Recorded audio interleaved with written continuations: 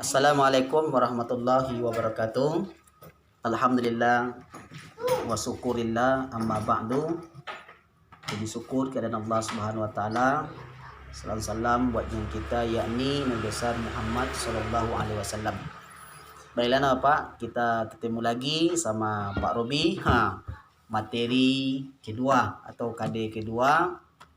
Mudah-mudahan semuanya dalam keadaan sehat walafiat. Tolong didengar video ini sampai habis supaya Bapak bisa memahami apa yang Bapak sampaikan. Oke, kita masuk materi yaitu tentang iman kepada kitab-kitab Allah. Nah, ini materi kita. Iman kepada kitab-kitab Allah. Oke, kita langsung saja. Bapak bisa juga melihat buku LKS kakak seniornya. Kemudian juga bisa melihat buku cetak yang sudah dipinjam di perpustakaan. Maka kita masuk. Yang pertama adalah persoalan wahyu. Wahyu. Maka kita jelas di sini kita lihat dulu pengertian wahyu itu sendiri. Wahyu menurut bahasa adalah isyarat cepat atau bisikan halus. Dan ini wahyu ini hanya berlaku untuk nabi, tidak kepada manusia. Nanti kalau ada bisik-bisikan jangan dilaksanakan. Karena bisikan itu ada datang dari Allah, kemudian ada bisikan itu datang dari syaitan. Kemudian kalau wahyu itu menurut istilah, tadi menurut bahasa ya, adalah pemberitahuan atau firman Allah SWT yang disampaikan kepada para nabi Allah SWT. Jadi Pak sampaikan.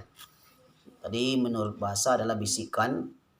Kemudian menurut istilah adalah firman Allah yang disampaikan atau pemberitahuan Allah kepada para nabi Allah SWT. Itu wahyu. Kemudian yang kedua, iman kepada kitab Allah. Iman Pak, saya rasa tidak Pak ulas. Paham apa itu pengertian iman, percaya, yakin dalam diri kita. Kemudian lanjut, cara-cara wahyu diturunkan. Ada cara wahyu itu diturunkan. Yang pertama melalui ilham atau isyarat. Melalui ilham atau isyarat. Contohnya adalah ketika wahyu itu diturunkan kepada Nabi Ibrahim untuk menyembelih anaknya Ismail. Ini wahyunya melalui isyarat. Tapi ini hanya kepada Nabi. Kan kalau ada kita orang mimpi nanti menyembelih anaknya, jangan pula disembelih anaknya, karena itu mimpinya adalah dari setan. Kemudian juga ada wahyu itu diturunkan dengan cara mendengarkan firman Allah SWT di balik tabir. Di balik tabir berarti artinya ada suara dari balik dinding, itu kedengar. Contohnya ketika Nabi Musa diangkat menjadi rasul, maka Nabi Musa itu cuma dia mendengar di balik tabir, di balik dinding, cuma mendengarkan suara. Kemudian yang tiga, Nabi atau Rasul menerima wahyu dengan perantara malaikat Jibril. Perantara malaikat Jibril, contohnya ketika Nabi Muhammad SAW menerima wahyu pertama di Gua Hira, maka wahyu itu diturunkan kepada malaikat Jibril, kemudian disampaikan kepada Nabi Muhammad melalui perantara dengan kata-kata saja, Iqra, itu bacalah. Kemudian kita lanjut, dalil-dalil tentang iman kepada kitab-kitab Allah Subhanahu wa taala. Ini dalilnya.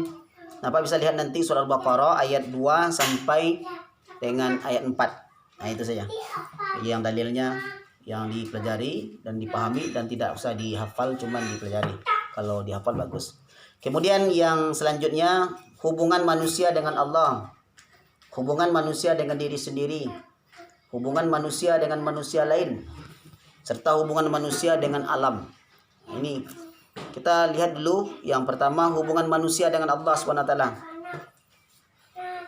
Maka ini bisa dipelajari, hubungan manusia dengan Allah. Kemudian juga hubungan manusia dengan diri sendiri, kemudian hubungan manusia dengan sesama manusia, kemudian hubungan manusia dengan alam sekitarnya. Kemudian kita lanjut, macam-macam kitab Allah yang wajib kita imani. Maka kita tidak mengimani kitab Al-Quran saja. Kita wajib percaya pada kitab-kitab yang lain. Tapi yang kita amalkan adalah kitab Al-Quran. Kita masuk dulu. Yang pertama adalah kitab Taurat. Kitab Taurat adalah diturunkan kepada Bani Israel, adalah kepada Nabi Musa alaihissalam. Itu kitab Taurat. Apa isinya kitab Taurat itu? Isi kitab Taurat yang pertama adalah persoalan kitab tentang kejadian alam. Kemudian yang kedua kitab Keluaran. Kitab ini berisi kisah keluaran Bani Israel dari penindasan Fir'aun di Mesir di bawah pimpinan Nabi Musa alaihissalam. Kemudian isinya kitab Taurat itu imamat. Kitab ini berisi himpunan syariat dalam agama Yahudi. Nanti bisa aja dibaca itu. Kemudian juga kitab bilangan. Kitab berisi cecah jiwa turunan 12 suku bangsa Israel pada masa Nabi Musa alaihissalam. Kemudian yang terakhir kitab ulangan. Kitab ini berisi ulangan kisah dikeluarkannya Bani Israel dari tanah Mesir. Itu kitab Taurat. Kemudian kitab Zabur. Zabur ini dia berasal dari kata Zabara yazburu zabran, yang artinya menulis. Zabur adalah nama kitab suci yang diberikan kepada Nabi Daud alaihissalam.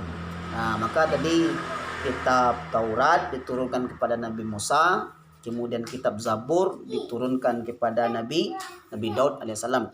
Kemudian isinya yang pertama, isi kitab Zabur merupakan ajaran yang berisi 5 jenis. Yang pertama adalah nyanyian kebaktian umat memuji Tuhan. Ada yang namanya nyanyian. Kemudian nyanyian perseorangan sebagai ucapan syukur kepada Tuhan. Kemudian ratapan jemaah.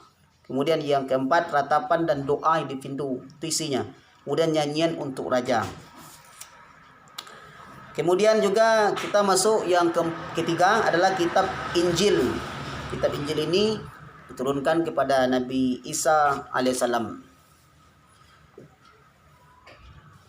Kemudian juga bisa dilihat nanti yang nak baca di dalam buku cetak tentang kitab Injil nih.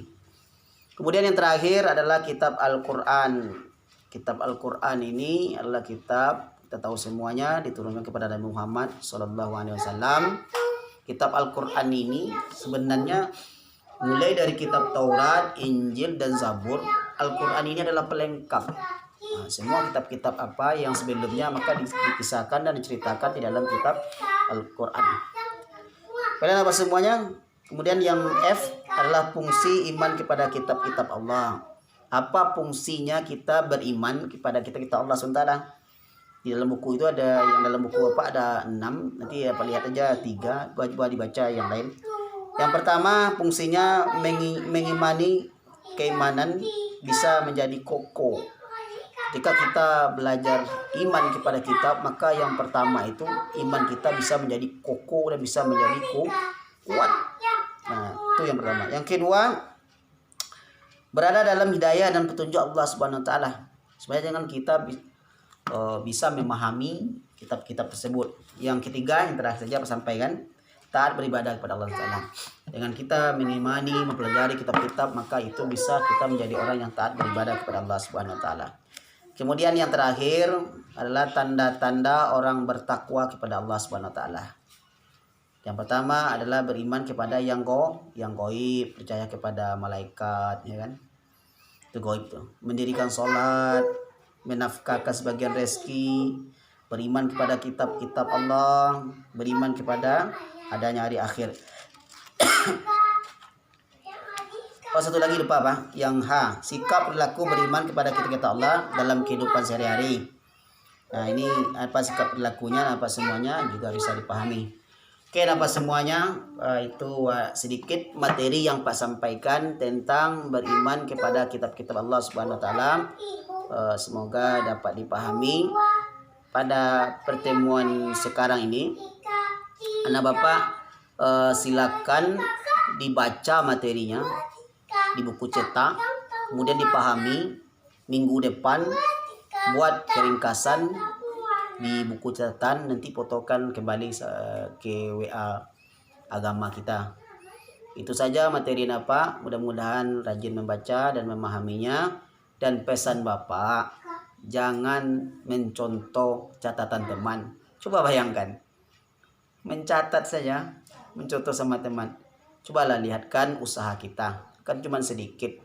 Pak tidak terlalu banyak, memberi tugas cuma sedikit. Dan coba kita mendiri, melatih kita mendiri. Mudah-mudahan bermanfaat yang Pak sampaikan. Ulang kembali. Sekarang sekitar 30 menit sampai 40 menit. Lihat video Bapak, kemudian dipahami, lakukan. Kemudian minggu depan kerjakan, buat keringkasan materi tentang iman kepada kitab-kitab Allah SWT. Kemudian difotokan dan dibuat dalam buku catatan. Moga-moga dapat dipahami. Ilal liqa, sampai jumpa. Semangat selalu, moga sukses. Dan jangan lupa beribadah, sholatnya dijaga, baca Qurannya dijaga. Ilal liqa, wassalamualaikum warahmatullahi wabarakatuh.